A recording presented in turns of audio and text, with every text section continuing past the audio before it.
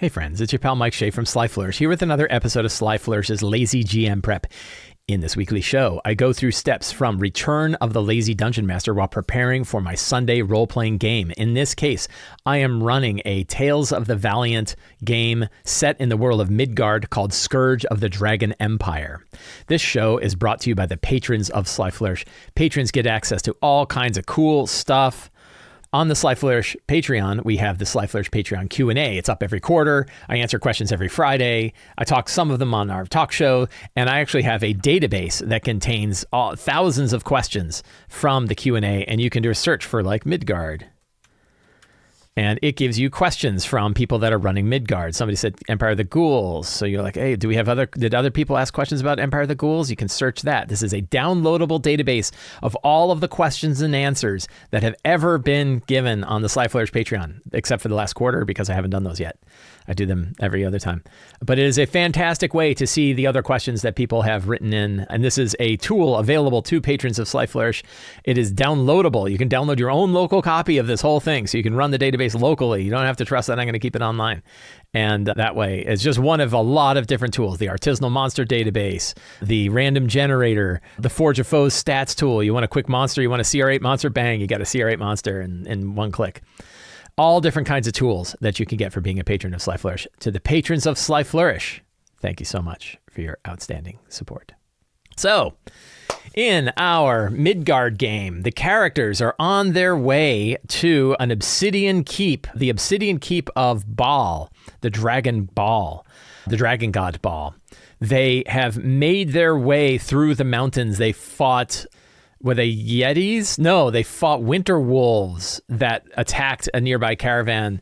If you recall, I created sort of a scenario where dragon folk that were bringing treasure to the Obsidian Keep to where they're headed got attacked by winter wolves who were also followers of the Pale Mother, thus kind of tied to the Ghost Walkers.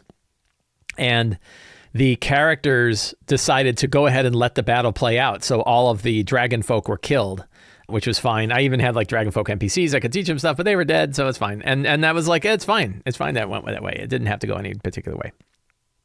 And then the characters made it to the keep itself. They found a secret entrance in the bottom of the keep, and they're headed into that secret entrance below the keep to get into the Obsidian Keep.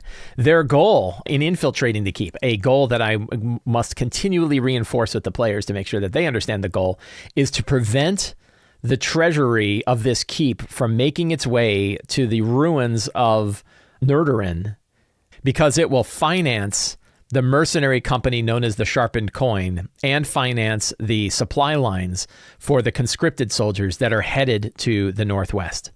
So we're going to have an interesting, it's a fun scenario. This is one of my like favorite types of scenarios to kind of prep for and run because they're very open-ended. You kind of like set all the pieces in play. It's really that big sandboxy kind of play, that pool table kind of play where the character, you just set up the situation and you set up a goal and you throw the characters in and you see where it goes and you have no idea where it's really going to go.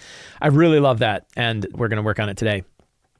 So we are going to do our game prep today in Obsidian, doing a quick look from our last session. This is the wrong one. I went to the wrong one. Dragon Empire. Session notes. There we go.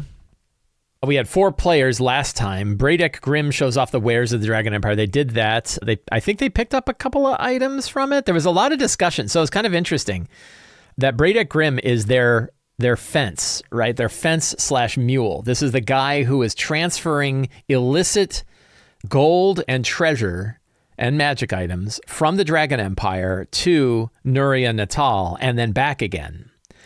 And they discovered that, so they are breaking into an illicit transfer because it is illegal to transfer magic items from Nuria Natal, from the Dragon Empire to Nuria Natal.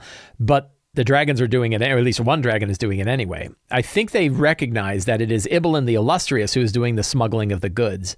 And Ibelin is trying to make it look like it's Parsis the Hidden, but Parsis the Hidden is super smart and probably is getting away with it. So I did reveal a lot of secrets. And then they had the Treasury about the stuff that they could kind of take, the potions, the Dust of Disappearance, the Medallion of Thoughts that had a disguise. They did end up going with the Cloak of Elvenkind. And there was a lot of conversation about like, well, can we just take it? Do we have to pay for it? Do we have to put stuff in that's as valuable as the stuff we're taking out? And I was like, you can choose what you're going to do. Like you don't, no one's going to say no. It's the question of like, will they figure it out? Will they figure out that you're smuggling goods in and out? And so they did throw some magic items in and then took some other magic items out, which is kind of how it works. And then they have kind of a communication stone that they can use with Braidate Grim to sort of catch up with him at different spots in order to pick up new goods and things elsewise. So that worked out pretty well. And then the characters made it to Blackspire, which is the Obsidian Keep of Baal. And they are beginning their trek in there. So that is what we are going to be prepping today. We're going to create some new session notes from a template. And this is my Dragon Empire template. We have a full house today. So Emmert is not going to be there. Emmert is our on-call player and character. And Emmert, because we have all 6 of everybody else, that we do not have a room, unfortunately, for Emmert. But we do have the characters, and I am going to think about what is a secret. So when we're thinking about the characters, it's kind of like, what secret might they know about in this place? Is there a magic item that they want? I know Gaudenzia wants a magic crossbow. So I think we definitely want to put a magic crossbow in the loot today. We'll figure that out. And I don't think Gaudenzia has had a real solid magic item recently. Amavin is the rogue who just picked up a cloak, the elven cloak, the Cloak of Elvenkind. What would Amavin know? Probably that spies of Parsis are in Blackspire. Cal, I think one of the captains of Blackspire was there when she lost her vineyard. We'll figure out who. Mateo. What can Mateo... So Mateo is the mechanist.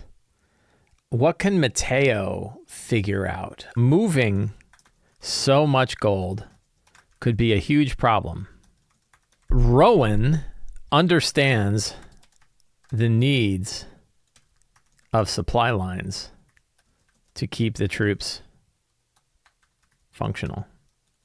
Tolstoy can call Cattell of Mott to open a portal to dump the gold. We'll talk about that in a little bit. So let's see. A strong start.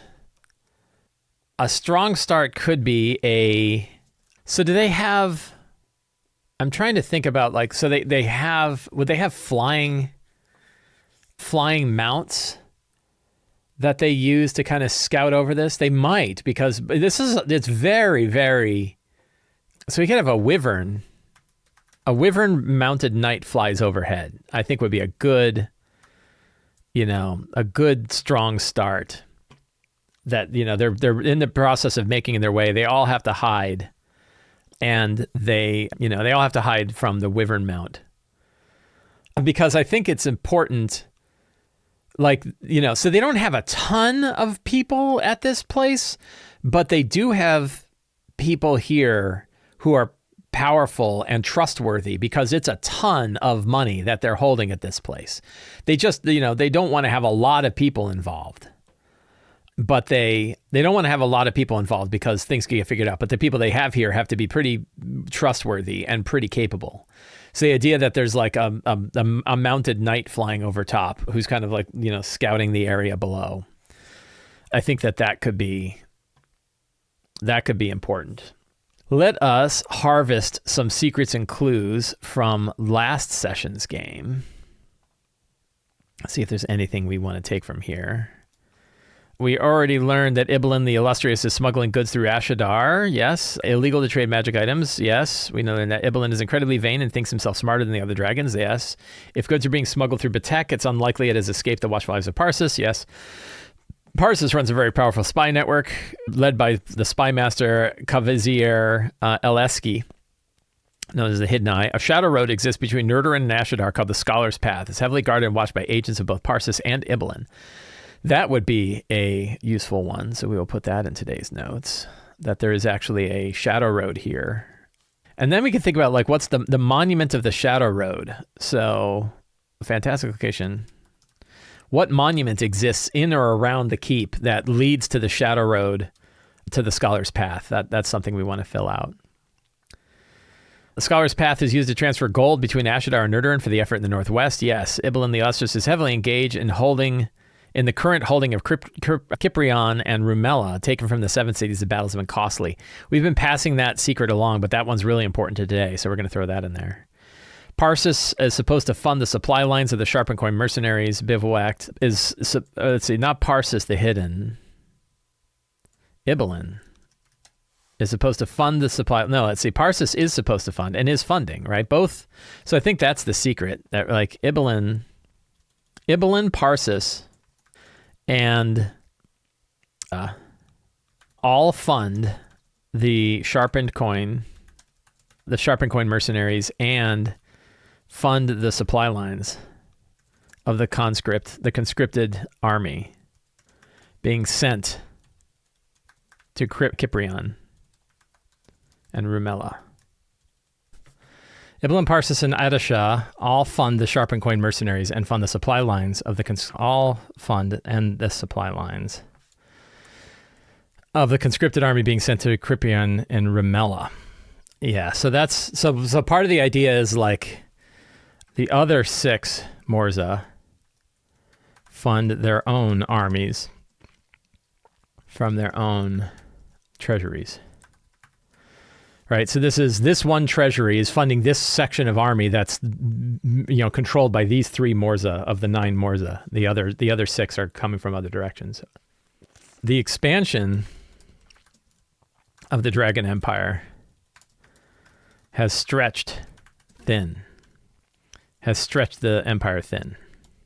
I think that's an important weakness.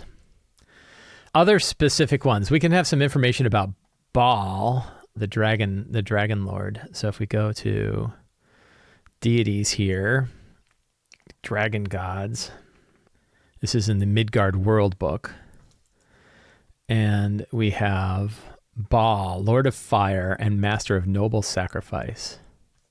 I like all these. Guardian of the Sultan, Lord of Soldiers, Scarlet Protector of the Innocent, the Supreme Fire Dragon, the patron of the Empire and Dragonkin.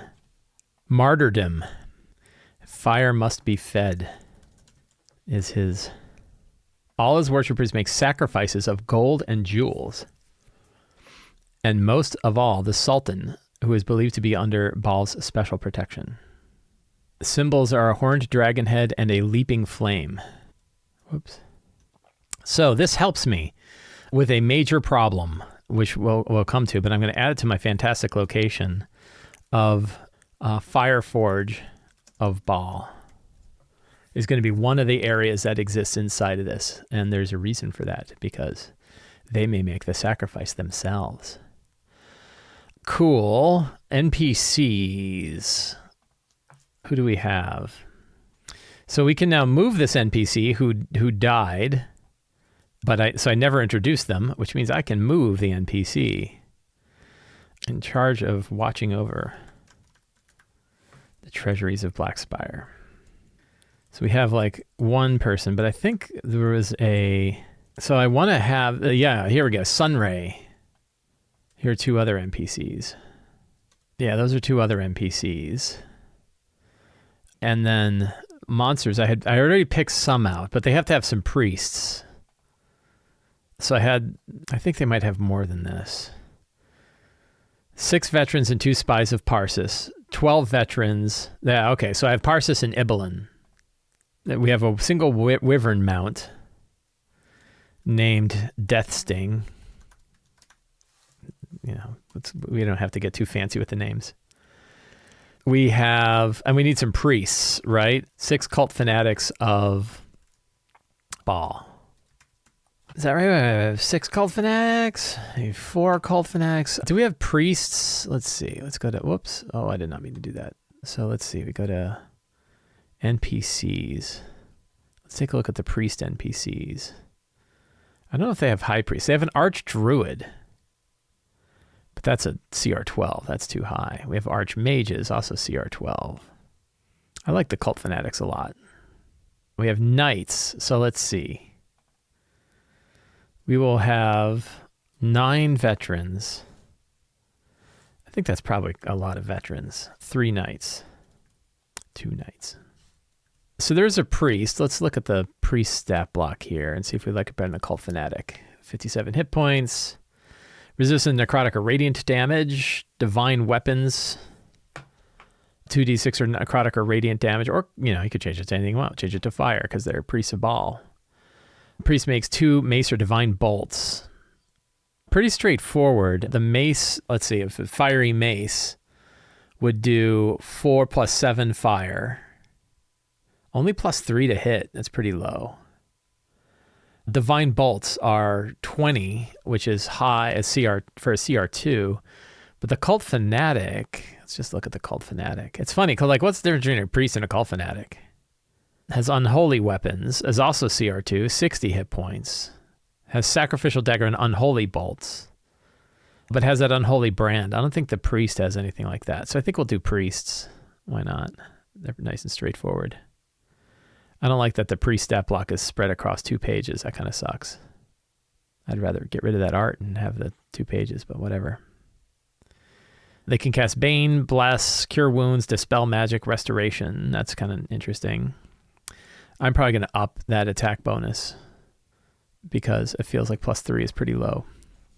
So priests, how did I say? Let's see. 4 priests of Baal. And the priests are on page 369. I'm not going to put the page numbers down for all these guys. It's going to take forever. Let's see. So we're going to dive into the locations a lot. I don't think I have my 10 secrets. 2, 4, 6, 7. So what was this? What was the obsidian? Let's see. I think the obsidian. So Blackspire has always been a shrine to Baal. Baal following knights were interred below. And those would be the whites.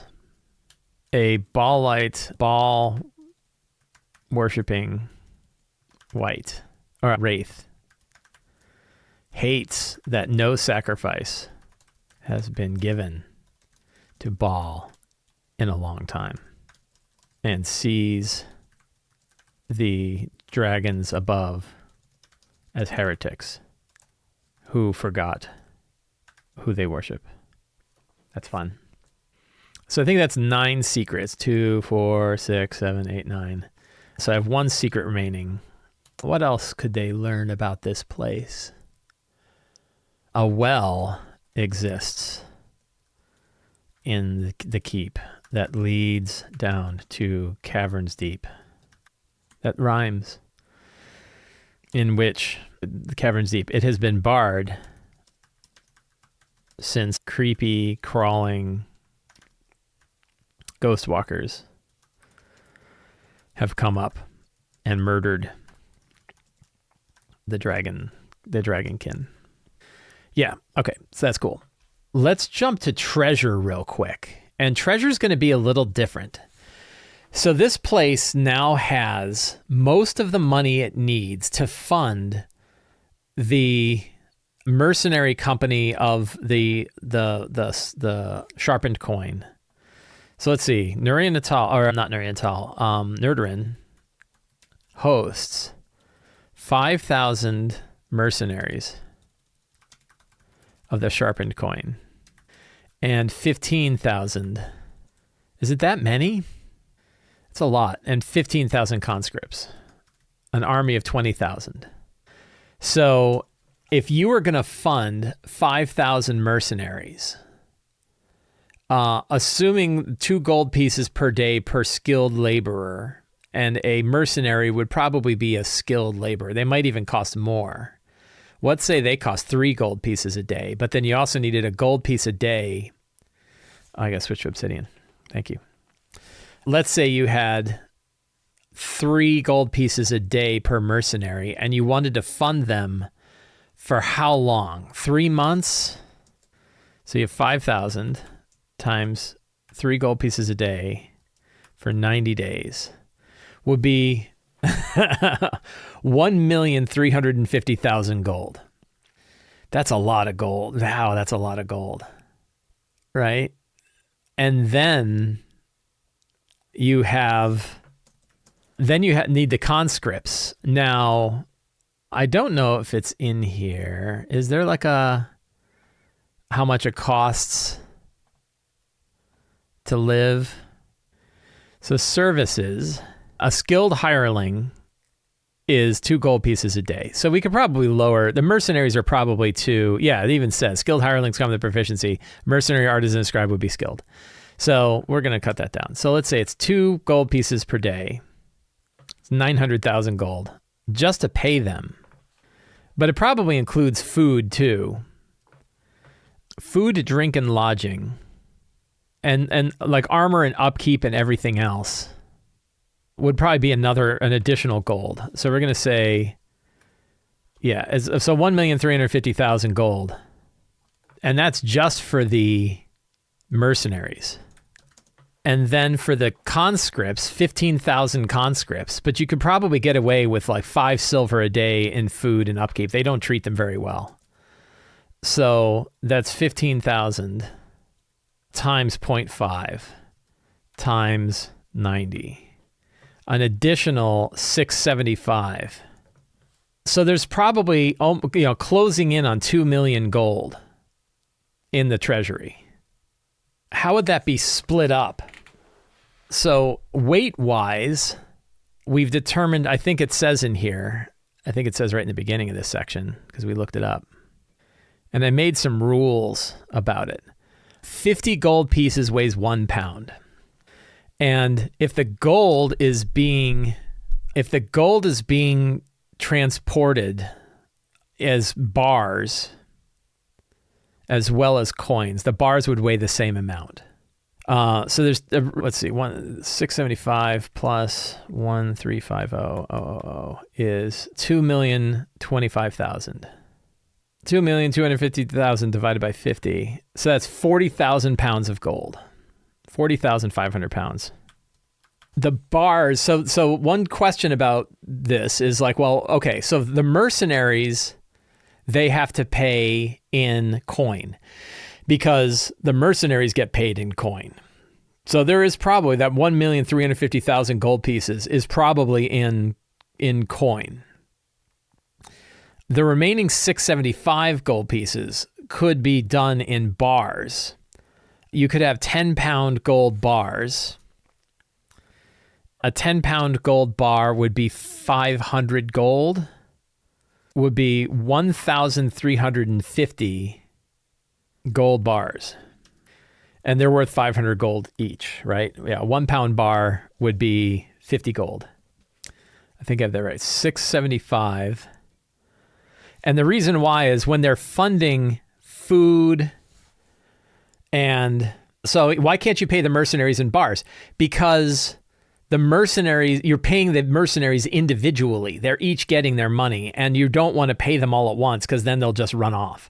So you actually are what's probably happening is the leaders of the mercenary company are paid in coins, and they pay out like every couple of weeks or whatever to the mercenaries themselves, but they need it. There's no place along this journey for them to transfer the gold into other formats, right? So they need to have it in pure coin.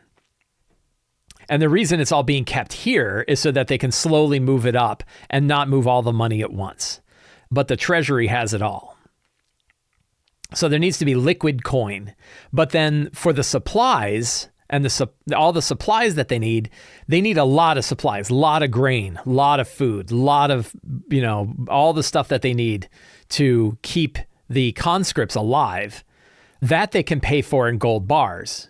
which is an easier way to transfer these because they can pay a mercantile group or they can pay, farming moguls. They can pay them at once. Like, hey, we're going to give you 500, 2 bars, 1,000 gold, but we're going to need enough food to feed us for 2 weeks or whatever. So that's there. I think we will throw, then there's the stuff that they actually pay the elite with. So for that, we're going to load a random generator. I actually have a new random generator that's just for Tales of the Valiant. So we're going to do that. But this is going to be a 5 to 10 roll. I like this. I don't know what the hell good feather tokens are. But we're going to add this. We don't need the coin, but we're going to have the bloodstones.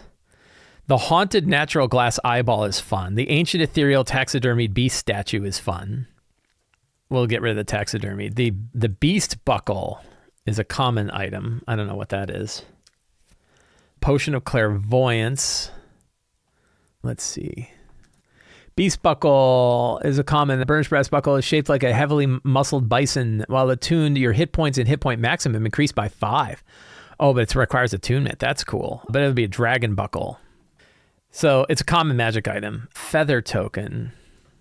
So, tiny object looks like a feather. Different types exist, each with different single use determines a feather or a swan boat. Anchor, bird, fan, swan boat, tree, or whip. So you can make a boat. The boat doesn't seem particularly useful. That's cool. It can carry 500 pounds. This is kind of cool. So the feather token, bird. And then we're going to have a magic crossbow. So let's go back to my generator here. But this time we're going to switch to my generator because my generator has kind of more options here. Item, we'll do a Midgard campaign setting. We'll do the Southlands campaign setting. Spell source, we'll do level up advanced 5e, but we can change it. Horus the Sky Lord. That sounds fun. Vampiric Touch. Well, if it's a Sky Lord, Master of the Sun and Moon and Heavens, the Desert Falcon. So let's see, Magic Crossbow. They're in tier 2. So we'll give it a 50-50 shot that it's a +1 or +2 weapon. It is a +1. +1 Magic Crossbow that is of Horus the Sky Lord. And it can cast Fly once a day. Right, so once a day you can cast the spell Fly, and you can fly around because it's, let's see, the Vigilant, the Phoenix God. Could it do a fire thing too? Master of Sun and the Moon and the Heavens, the Desert Falcon, Prince of Princes, the Majestic One, the Chieftain, the Vigilant, the Phoenix God, the True King, the Patron of Nuria Natal. So it's kind of cool. It's a Nuria Natal crossbow that can cast Fly. I think that's probably good. I don't think it needs to be, I could make it a +2. That'd make it really useful for a long time. It could be an upgradable item that, I think we'll do that. So we'll call it what? The crossbow of the Sun and Moon? We'll call it the Desert Falcon. +1 magic crossbow of Horus. Of Horus the Sky Lord. That can cast Fly once a day. Okay. So that's good. The haunted natural glass eyeball can cast the spell Disintegrate once. And we'll make that one worth 500 gold pieces. This ancient ethereal beast statue will be 50 gold pieces. I think we're just going to get rid of that. There we go. Okay. So this is what our treasury looks like. There is 1,350,000 gold pieces to pay the mercenaries. I don't like the fact that there's 1,350 gold bars. Like, that seems too weird that it's the exact same number of gold bars, 675. I guess it's right. But we're going to say we're going to lower it. There's 1,200 gold bars to pay for the supply line. And we're going to put the weight here. 27,000 pounds. And the gold bars are, I think, 12,000 pounds. Let's see. Yeah, 12,000 pounds. The rest is negligible. There. So that's our treasury. So the great fun is they can't carry all that gold. This is the tricky bit, right? So the tricky bit, but I think I've got some options. In fact, I think there's 4 possible options of what you can do with the gold. They can't carry it, and I am sure as hell I'm not going to give them a portable hole or something like that. They're gonna have to figure out what to do with it. And the main thing is they got to get rid of it. But I think there will be 4 possible ways that they can get rid of it. They can disintegrate it with the disintegration, the natural glass eyeball that can cast a spell disintegrate once. That will be in the treasury. They can sacrifice it to Baal at an altar to Baal that's got like a crazy hot flame, and it will literally just destroy the gold. It's so hot that it'll evaporate the gold. Can you do that? Can you evaporate gold? I think hot enough, everything is destroyed, right? How hot would it be to destroy gold? Somebody do some research, please, and tell me how hot a fire needs to be in order to literally destroy gold. And not just melt it, but like literally make it so that it can't. And of course, magical fire, so it could always do it. They can dump it down the well into the realms of, below the mountain, into the realms of the ghost walkers. And that makes it impractical for anybody to get, because then you got to like send, look at that. Michael in chat says gold vaporizes at a boiling point, which is 1,800 degrees Celsius or 5,000 degrees Fahrenheit. What would happen when you evaporate gold? Does it just coat? Does it go into the sky? What happens when the evaporated gold cools again? I don't know. So they could destroy it that way. They could also call upon Catel of Mott, their friendly chain devil that is bound to one of the characters, and send all the gold to hell. So they can send it to hell, disintegrate it, sacrifice it to Baal, or dump it in the well down with the ghost walkers. So there's different ways that they can do it, and they can carry only what they can carry, but there's no practical way to do it. So that's good. There's one critical thing. So this is great. I feel very confident about this, but the one thing I don't have is a map. So we're going to spend a little bit of our remaining time on the map. Let me go to my vault, go to campaigns, go to Dragon Empire, and let's see. Did I save my map from last time? This is the map I used from last time. Okay, so let's see. We'll open this, drop that in there. I think I already printed this, but I'm going to print it right now. I'll have another one. And what I am going to do, so I need to figure out what all these little chambers are, and particularly where is the vault. So the vault is probably not, could the vault be so easy to get? Like, they're going through the bottom of this place. This could be really fast. I could put the vault in that lower, let's see, do I have the map up so we can all see it? Yeah. I could put the vault in that lower right chamber, but then they get to it almost right away. And that doesn't seem real fun. So I think it would be more fun. It would make sense that would be where you would keep it. And maybe there's a couple of, what if they have to get the key? So this could be better. They know where the vault is, but they cannot get into the vault. It is impractical to pick the lock. They need the key, and only one being has the key. And that being, this is nice because it's a movable key. That being is Greymist, the spell scale vassal of Ibelin, is the only one who holds the key. Or is it Sunray? The young brass dragon Sunray might hold the key. I think maybe it's Sunray that holds the key. So we could put that in our secrets. The vault itself is down below and is protected. And there's like a secret door that goes in here. But there is no practical way for them to get into that vault. They're going to have to get the key. And I'm just going to make that super clear to them. Like, you know where the vault is, but you got to go get the key. So they're going to make their way into the crypts. There's a secret chamber. Let's see. So what I'm going to do, give me a sec. All right. So I have a printout of the map, and I'm going to talk it through while I write directly on my map. So there's the vault. There's the secret vault.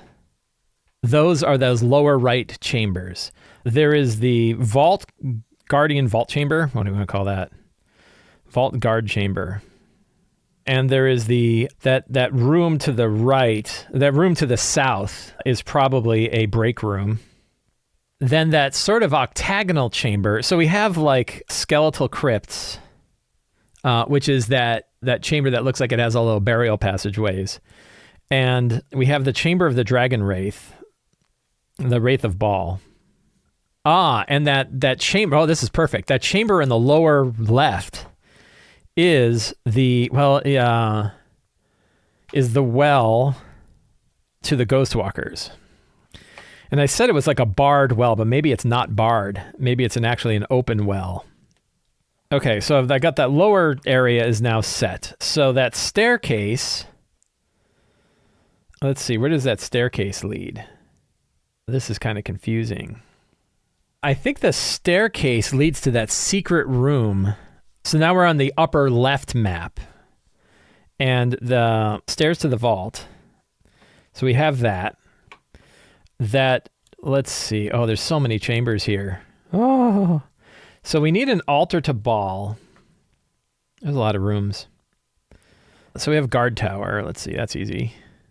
That chamber to the lower right on the first floor being that upper area. Is that like an officer's dining hall? Sure, why not? We have the kitchen, which is directly to the north of that. We have let's see. It looks like a ballroom. That could be the altar. Oh, let's see. Oh, where is the shrine? If they're going to sacrifice the gold, they need like a way to get it from the vault to the shrine. And if you're moving 27,000 pounds, that could be tricky. So where is the shrine to Baal? I guess we're going to put it there. They have the shrine to Baal. That's going to be that large chamber on the lower, on the upper left map. We have guard towers. We have like supply closets. I'll just make that easy. We have the enlisted dining, non-noble dining. Then where does our dragon hang out? So he probably doesn't polymorph too often. I'm going to say that this whole open area, this whole area in the upper right, the lower right area of the upper right map, is going to be broken and open, and that's going to be the dragon's roost. So that part of it, the keep, is actually broken open. There's going to be a meeting chamber that, let's see, the dragon's roost. What else? We'll have an armory. We need an armory somewhere. You probably wouldn't have your armory. We'll have the armory in that area. The armory be on the first floor. Officers' quarters. And then we have gray mist, right? So we have gray mist chambers. What are these other little... We have private quarters in the upper right. That includes bathrooms and privies and other kinds of things. Where do people go make their poops? I think that is pretty much it. So that's my very quick map, but that's probably enough for me to be able to run the game. And I think I can go with that. So I think I am good. So I think we are all set for today's game. Friends, I want to thank all of you for hanging out with me today while we talked about all things. We didn't talk about all things in tabletop RPGs. While we prep for my game. Thank you for hanging out with me while we prep for my game. I hope you enjoyed the show. If you did and you want to see more stuff like this from me, the best thing you can do is subscribe to the Sly Flourish newsletter. It is absolutely free to sign up. You can find a link down in the show notes. You get a free adventure generator for signing up. And you get a weekly RPG related email sent directly to your inbox. It's the best way to stay up on all of the things that I'm doing. You can also support me directly on Patreon. Patrons get access to all of these random generators. They get access to a whole bunch of different tools, tips, tricks, scenarios, a dedicated podcast, tons of stuff that you get for being a patron of Sly Flourish, and it's a really good deal. You can also pick up any of my books, including Return of the Lazy Dungeon Master, The Lazy DM's Companion, The Lazy DM's Workbook, City of Arches, Forge of Foes, and more, all available in the Sly Flourish bookstore. Links to all those are in the show notes. Thank you so much. Have a great day and get out there and play an RPG.